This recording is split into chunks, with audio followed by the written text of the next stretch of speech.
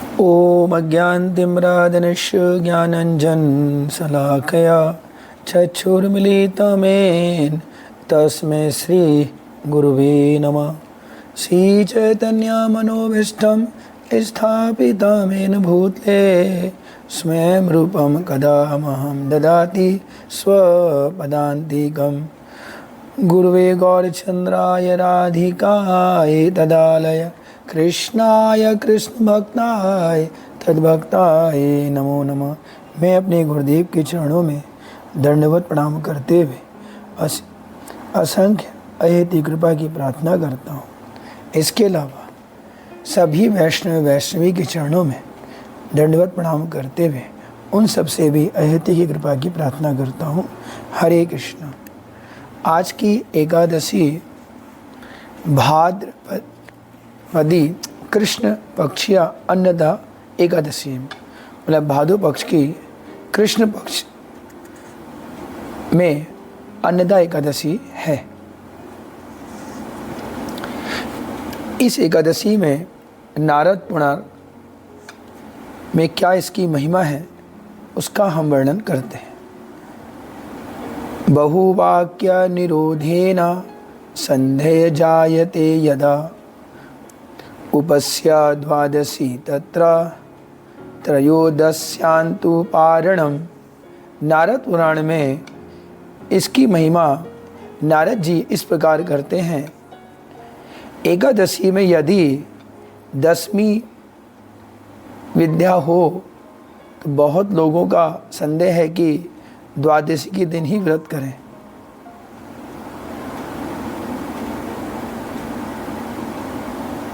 तथा त्रयोदशी में पारण करें। 10वीं विद्या एकादशी कभी भी किसी कीमत पर ना करें। 10वीं विद्या एकादशी करवाने वाले दोनों ही पाप आत्मा है। दोनों को देखना भी महापाप होता है। ऐसे लोगों को देखकर बाद में सूर्य दर्शन करके पवित्र हुआ जा सकता है, अथवा श्री विष्णु आचरण से ही शुद्धि मिलेगी। ऐसी बातें कूर्म पुराण, ब्रह्म वैवर्त पुराण, सूत सौनकादि ऋषियों संवाद में साफ साफ लिखा है।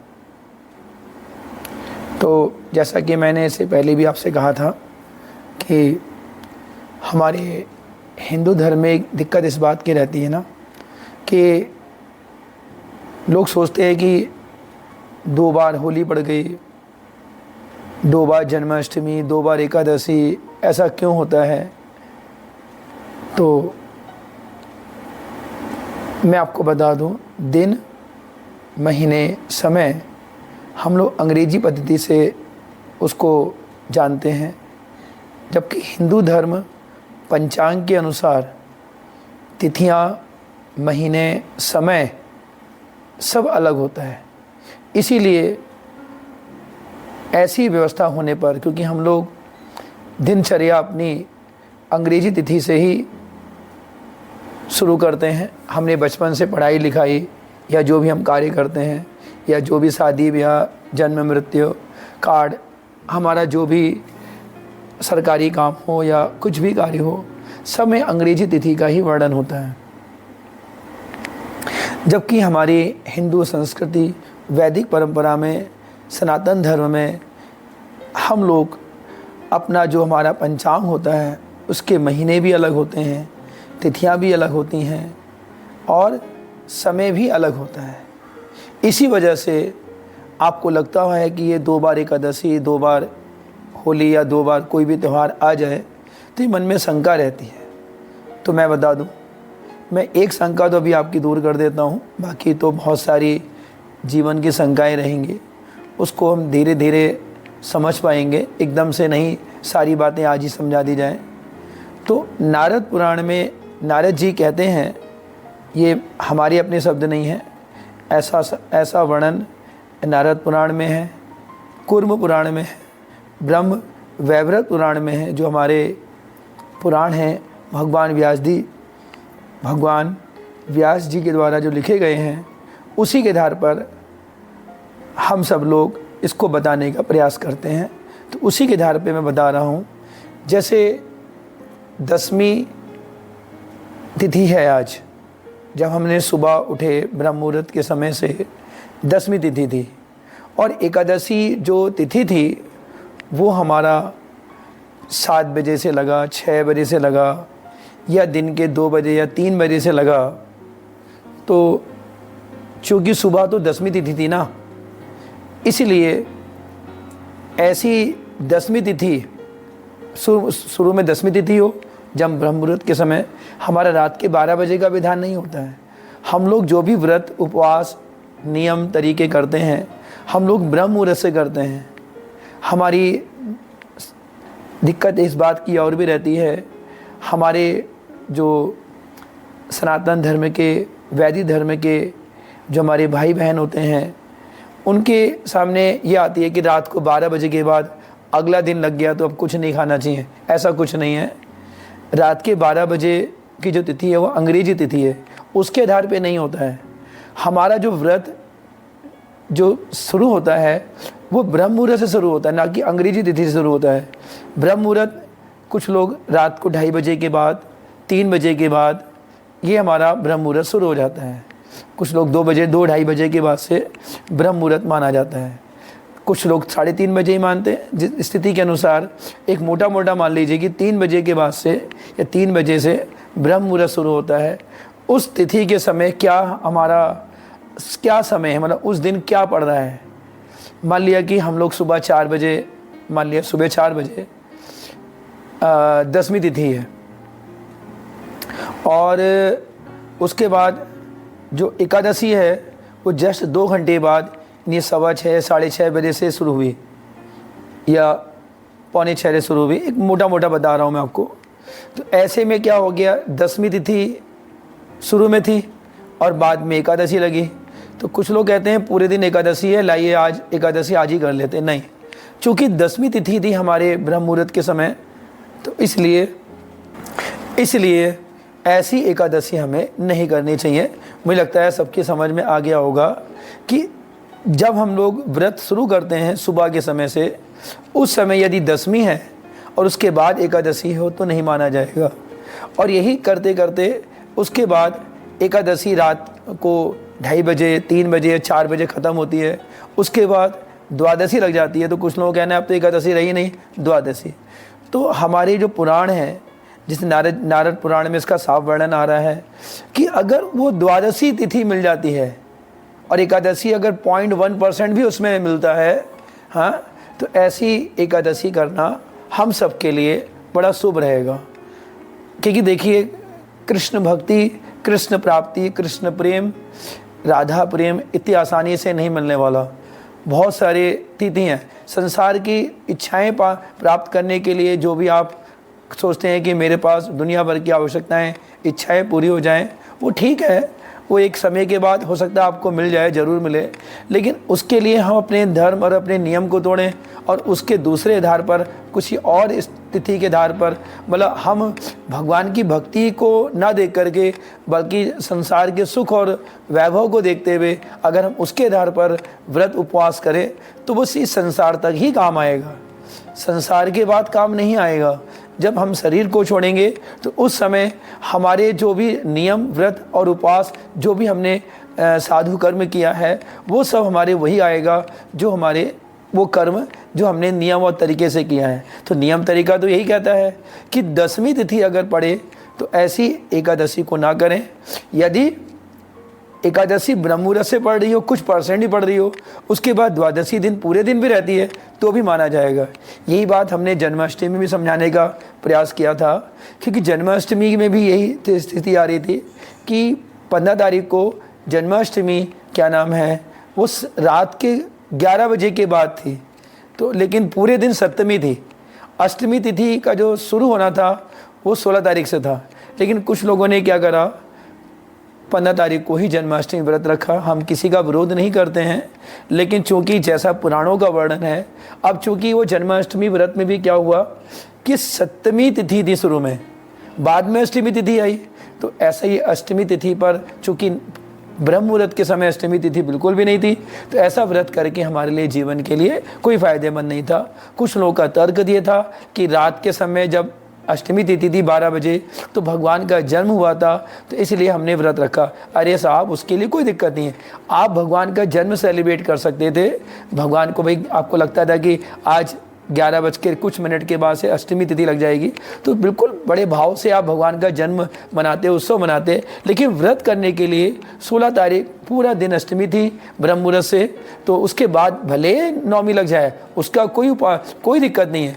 जब हम व्रत को शुरू करते हैं सुबह से, बार बार समझा रहा हूँ, तो उस समय क्या था, अष्टमी तिथि थी, इसलिए 16 तारीख का जो व्रत था वो बड़ा शुभ था। लेकिन कोई बात नहीं, मैं जिसने किया बहुत अच्छी बात है। आज के समय में ये भी लोग नहीं करते हैं, लेकिन मेरी प्रार्थना है कि किसी तरह आप लोग अगर आप चाहते हैं ना कि 100% आपको व्रत का पूरा फ़ायदा हो, तो मेरे को या किसी को समझाने की ज़रूरत नहीं है। एक सीधी सी बात है, ब्रह्म मुहूर्त के समय जिस दिन आप व्रत कर रहे हैं वो तिथि उस दिन पड़ रही है, जैसे एकादशी कर रहे हैं और ब्रह्म मुहूर्त के समय एकादशी पड़ रही है, ओके आप कर सकते हैं, दिक्कत नहीं है। लेकिन दसवीं पड़ रही है तो नहीं कर सकते। ऐसा नारद पुराण में नारद जी साहब कहते हैं कि यदि 10वीं तिथि पड़ जाए और उसके बाद एकादशी पड़े तो ऐसी एकादशी करना ही बहुत बड़ा पाप है, साफ लिखा हुआ है। और ऐसे पाप करने वाले ऐसे लोग एकादशी का जो व्रत करते हैं जिसमें 10वीं तिथि थी, ऐसे लोगों का मुंह देखना भी साफ लिखा है। मेरे शब्द नहीं है, ये नारद पुराण में है। ऐसे इसमें लिखा हुआ 10वीं विद्या एकादशी करने वाले और करवाने वाले दोनों ही पाप आत्मा हैं। दोनों को देखना भी महापाप है। ऐसे लोगों को देख करके बाद में सूर्य दर्शन करना पड़ता है, या विष्णु आचरण द्वारा, मतलब जैसे आप वैष्णव आचरण करें तो शुद्धि मिल सकती है, वरना नहीं मिलेगी। तो मेरी बातों का सब लोग ध्यान दें। एकादशी करते समय का विशेष ध्यान दें। इसलिए कभी आपके सामने जब भी कोई 2 त्यौहार आए, जब भी 2 आते तो आप चिंता ना करें, उस तिथि को में करें जिस तिथि में ब्रह्म मुहूर्त पड़ रहा है। मुझे लगता है कि अक्सर दूसरी वाली ही करनी चाहिए। जैसे कभी एकादशी आए तो दूसरी वाली करिए, कोई त्यौहार आए तो दूसरा वाला कीजिए, कि उसमें ब्रह्म मुहूर्त पड़ रहा होगा, फिर भी उसको अच्छे से एक बार देख लीजिएगा। आगे आज की एकादशी कथा क्या है उसका थोड़ा सा हम डिस्कस करते हैं आज की क्लास में। ब्रह्म वैवर्त पुराण में अन्नदा एकादशी का वर्णन इस प्रकार हुआ है। महाराज युधिष्ठिर जी ने भगवान श्री कृष्ण से पूछा कि भाद्र पक्ष कृष्ण पक्षी एकादशी का नाम बताइए, इसकी महिमा बताइए। तो भगवान श्री कृष्ण युधिष्ठिर से कहते हैं, भाद्र पक्ष एक कृष्ण पक्षी एकादशी का नाम अन्नदा एकादशी है। इस दिन भगवान ऋषिकेश की पूजा करनी चाहिए, श्री हरि नारायण की पूजा करनी चाहिए, कृष्ण की पूजा करनी चाहिए, राम जी की पूजा करनी चाहिए। इस व्रत का पालन करना चाहिए। पुराने समय में इसकी कथा इस प्रकार है। पुराने समय में संपूर्ण पृथ्वी के चक्रवर्ती राजा हरिश्चंद्र जी थे। हरिश्चंद्र जी की कथा सब लोग जानते होंगे। महाराजा हरिश्चंद्र सत्यवादी थे और वो बहुत सत्यवादी थे। और वो यदि अनजाने में या अगर स्वप्न में भी, यदि सपने में भी कह दें, अगर किसी को प्रतिज्ञा दे दें, कुछ कार्य करने का वचन दे दें, तो वो उससे पीछे नहीं होते थे, क्योंकि उसका उनका धर्म था ये। तो महाराज हरिश्चंद्र जी सत्यवादी थे और अपने किए हुए किसी भी कार्य के लिए वचन को उसको पूरा करते थे, इसके लिए कुछ भी हो जाए। अंत में एक ऐसा समय भी आया, महाराज हरिश्चंद्र की इसी धर्म को करते करते उनकी इस प्रकार की दुर्गति भी कि उन्होंने पत्नी पुत्र स्वयं अपने को भी बेच डाला। ये सब परीक्षाएं हैं, मैं आपको बार बार कह दूं, ये भगवान की परीक्षाएं होती हैं। हे महाराज, इस पुण्यात्मा राजा ने तो बाद में चंडाल का नौकर बनने पर भी अपने धर्म को नहीं त्यागा। ऐसी स्थिति भी आ गई महाराज हरिश्चंद्र के सामने कि चंडाल की नौकर बने। चंडाल किसे कहते हैं, क्षमा करें, चंडाल शब्द एक शब्द है उसका, तो एक इसको गलत ना समझें। जो हमारा शमशान घाट होता है तो वहाँ पर जो क्रियाकर्म कराने वाले व्यक्ति होते हैं उनको कहा जाता है, तो इसका नाम है, क्षमा करें, इसको गलत ना समझें। तो इसका भी राजा हरिश्चंद्र जी को कार्य करना पड़ा, लेकिन फिर भी उन्होंने अपने धर्म को नहीं त्यागा। राजा ने अपने स्वामी चंडाल के आदेशानुसार शमशान में मुर्दों के कफन लेते। जब भी कोई व्यक्ति आता तो कफन देना पड़ता था। इतना बीच कर्म करने पर भी राजा ने अपने सत्य से भ्रष्ट नहीं हुए। इस प्रकार महाराज का बहुत समय निकल गया। एक दिन बड़े दुखी होकर के सोचने लगे कि मैं क्या करूं, मुझे इस प्रकार के कार्य करने से कब मुझे मुक्ति मिलेगी। कष्ट से व्याकुल होकर के मुनि गौतम राजा के पास आए। ब्रह्मा जी ने दूसरों की भलाई के लिए ही ब्राह्मणों की सृष्टि की है। जो देखो, ब्राह्मण का जन्म जो होता है ब्रह्मा जी ने इस प्रकार किया था ताकि लोगों को भक्ति मार्ग में ला सकें, धर्म कार्य में बढ़ावा दें। यही ब्राह्मण का कार्य है। उस ब्राह्मण को देख करके राजा ने नमस्कार किया, उनके सामने हाथ जोड़कर खड़े हो गए और अपने समस्त सारी दुखों की बातें करके एक एक करके सब समझाया। एक एक करके सारी बातें उन्हें मुनिवर गौतम ऋषि के सामने रखी। राजा की करुण कथा को सुन करके मुनिवर गौतम को आश्चर्यचकित होकर के कहना पड़ा, हे राजन, आपकी दशा देख करके मुझे बड़ा दुख है, लेकिन अब आपको जो मैं बता रहा हूँ उसको ऐसा ही करें। भाद्र पक्ष कृष्ण पक्षी अन्नदा एकादशी बड़ी ही पुण्यदायिनी है, समस्त प्रकार के पापों को नाश करने वाली है। आपके भाग्य से वह दिन नज़दीक ही आ गया है, मतलब आने ही वाली एकादशी, आप उसको जरूर करें। आप उपवास एवं रात्रि जागरण करते हुए इस व्रत का पालन करें। इसके फल से शीघ्र ही आपका सारा पाप नष्ट हो जाएगा। हे राजन, आपके पुण्य प्रभाव से ही मैं आपके पास आया हूँ। आपने इतने अच्छे कार्य करे थे, आपने अपने सत्यवादी धर्म को नहीं छोड़ा, और दशा भी होने पर भी, इस दशा तक भी होने पर भी आपने अपने कर्म को नहीं छोड़ा, इसलिए मैं आपके पास आया हूँ। राजा को इस प्रकार उपदेश देकर गौतम ऋषि तत्काल अदृश्य हो गए। गौतम ऋषि जी के उपदेशानुसार राजा ने अन्नदा एकादशी का व्रत का यथाविधि पालन किया एवं व्रत के फल से समस्त प्रकार के पापों से मुक्त हो गए। हे राजन, इस व्रत का एक सही प्रभाव है। जो कष्ट बहुत सालों से भोगने योग्य थे, मतलब जीवन में बहुत सारे दुख जो कई सालों तक थे, हो सकता है इस जन्म अगले जन्म में हमारे जीवन में कष्ट आते हैं। सब लोग ध्यान रखें, हमारे जीवन में कष्ट और दुख आते हैं तो हमें उससे पीछे नहीं भागना है, लेकिन कष्ट का निवारण आपसे बार बार कह दिया, श्री हरि की भक्ति, श्री हरि की भक्ति, कृष्ण भक्ति ही उसका समाधान है। और यदि आप एकादशी कर लेते हैं तो ये तो आपका सोने पे सुहागा हो गया। तो अन्नदा एकादशी का तो मैंने बड़ा फल बताया। इस एकादशी को करने से, जो आज की अन्नदा एकादशी आने वाली है, इस एकादशी को करने से आपके जीवन के बहुत सारे ऐसे जो पाप हैं या बहुत सारे ऐसे कष्ट हैं जिनको अभी आपको भोगना बाकी रह गया था, वो भी खत्म हो जाएंगे, जिस तरह राजा हरिश्चंद्र जी के पास था। इस व्रत के प्रभाव से राजा हरिश्चंद्र ने अपनी पत्नी को वापस पाया और जो उनका पुत्र मर गया था वो भी वापस जीवित उठा, तथा आसमान से देवता लोग दुगंधी बजाने लगे, पुष्प वर्षा करने लगे। मतलब राजा हरिश्चंद्र जी ने जब इस व्रत को किया, इस व्रत से उन्होंने अपना सब कुछ पा लिया जो उन्होंने खोया था। अंत में परिवार, भाई बंधु, सभासद एवं नगरवासियों के साथ स्वर्ग को गए। हे राजन, इस व्रत का जो कोई भी पालन करेगा वो सब प्रकार के पापों से मुक्त होकर के स्वर्ग लोक की प्राप्ति करेगा। मैं तो ये कहता हूँ, स्वर्ग लोक तो नहीं चाहिए, नहीं, उसकी इच्छा नहीं करनी चाहिए। आप भगवान श्री कृष्ण की शुद्ध भक्ति करके गोलोक धाम जाने के बारे में इसको सोचें। तो ये तो हमारी जो कथा है शास्त्रों की, उसके धारे में मैंने बताया कि स्वर्ग की प्राप्ति होगी, लेकिन मैं तो कहता हूँ स्वर्ग में जाएंगे तो फिर वापस आपको पृथ्वी लोक में फिर वापस आना पड़ेगा, फिर सही संसार में आना पड़ेगा। इससे तो बेटर है आप शुद्ध भक्ति करके भगवान श्री कृष्ण के गोलोक धाम जाने का विचार करिए। इस व्रत के महात्मा और कथा करने से भी समस्त पाप नष्ट हो जाते हैं। अगर इसकी हम कथा को सुने और इस व्रत की महिमा को बताएं तो भी हमारे सभी पाप नष्ट हो जाते हैं। ये भी बहुत बड़ी बात है। इस कथा को जो श्रवण करेंगे उससे पाप नष्ट होंगे। तो ये तो थी आज की एकादशी, अन्नदा एकादशी का कथा। एकादशी व्रत में मैं आपसे बार बार कह चुका हूँ, व्रत करते समय खाने का जो आप खाते हैं पूरा ध्यान रखें। कोशिश कीजिए कि पूरे दिन ना खाना पड़े, जल पी लीजिए। यदि कोई किसी प्रकार का कोई बीमार है, डायबिटीज़ का पेशेंट है, किसी प्रकार की कोई भी बीमारी है या शरीर में कोई दिक्कत है, तो वो आप लोग फलाहार 1-2 बार 3 बार जैसा उसको ठीक लगे ले, लेकिन अन्न बिल्कुल भी नहीं खाए। एकादशी व्रत में बहुत सारी चीज़ों का परहेज़ रहता है, उसका ध्यान रखें। आलू, सिंगाड़ा, कोटू, ड्राई फ्रूट्स, दूध, क्या नाम है, मक्खन, शुद्ध देसी घी और मूंगफली का तेल, इन्हीं को यूज़ करें। इसके द्वारा आप अगर नमक ना खाएं तो ठीक रहेगा, फिर भी नमक खाना चाहे तो नमक शुद्ध खाइए, जो कभी आपने खाने के समय यूज़ ना करा हो। व्रत के लिए शुद्ध नमक, लोग सेंधा नमक कहते हैं, ऐसा नहीं है, आप शुद्ध नमक ले सकते हैं, सेंधा नमक ले अच्छी बात है, लेकिन व्रत में ही यूज़ करने वाला नमक लीजिए। मतलब रोज़ क्रिया में जो आप नमक यूज़ करते हैं वो नहीं होना चाहिए, ठीक। इस प्रकार से आप कुछ भी खाने में बना सकते हैं। आलू की सब्जी बना सकते हैं जिसमें नमक पड़ा होगा, ध्यान रखें।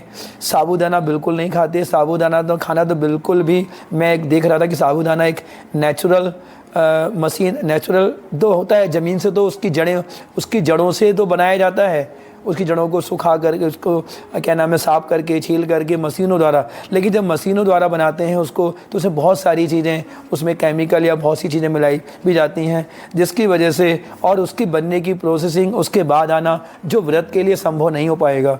मैं तो रोज़ के लिए भी मना करूँगा कि क्योंकि साबूदाना की बनाने की प्रोसेसिंग, जैसा कि मैं जानता हूँ, ये नेचुरल कोई साबूदाना पेड़ से नहीं उगता, वो साबूदाना हमको मशीनों के द्वारा बना करके दिया जाता है। इससे मैं कहूँगी उसको व्रत से तो परहेज़ करें, व्रत में तो बिल्कुल भी ना खाएं साबूदाना। हरी मिर्च का यूज़ ना करें, उसके जगह पर काली मिर्च, जो गोल मिर्च होती है, ब्लैक पेपर जिसे बोलते हैं, उसको आप यूज़ कर सकते हैं। किसी प्रकार के मसाले यूज़ नहीं कर सकते, सरसों का तेल, रिफाइंड कोई तेल यूज़ नहीं कर सकते, केवल शुद्ध की, और मैंने बताया मूंगफली का तेल, ठीक है। कोशिश कीजिए, फलाहार कीजिए, फल ले लीजिए, अच्छा रहेगा। एक दिन हमारे शरीर के अंदर फ्रूट्स जाएंगे तो शरीर में एनर्जी मिलेगी। खाने पीने का परहेज़ कम रखें तो ठीक ही रहेगा। इस तरह आप अपने व्रत को कीजिए और कृष्ण भक्ति की तरफ अग्रसर हुइए। और इसी के साथ आज की क्लास को ख़त्म करते हैं। हरे कृष्णा।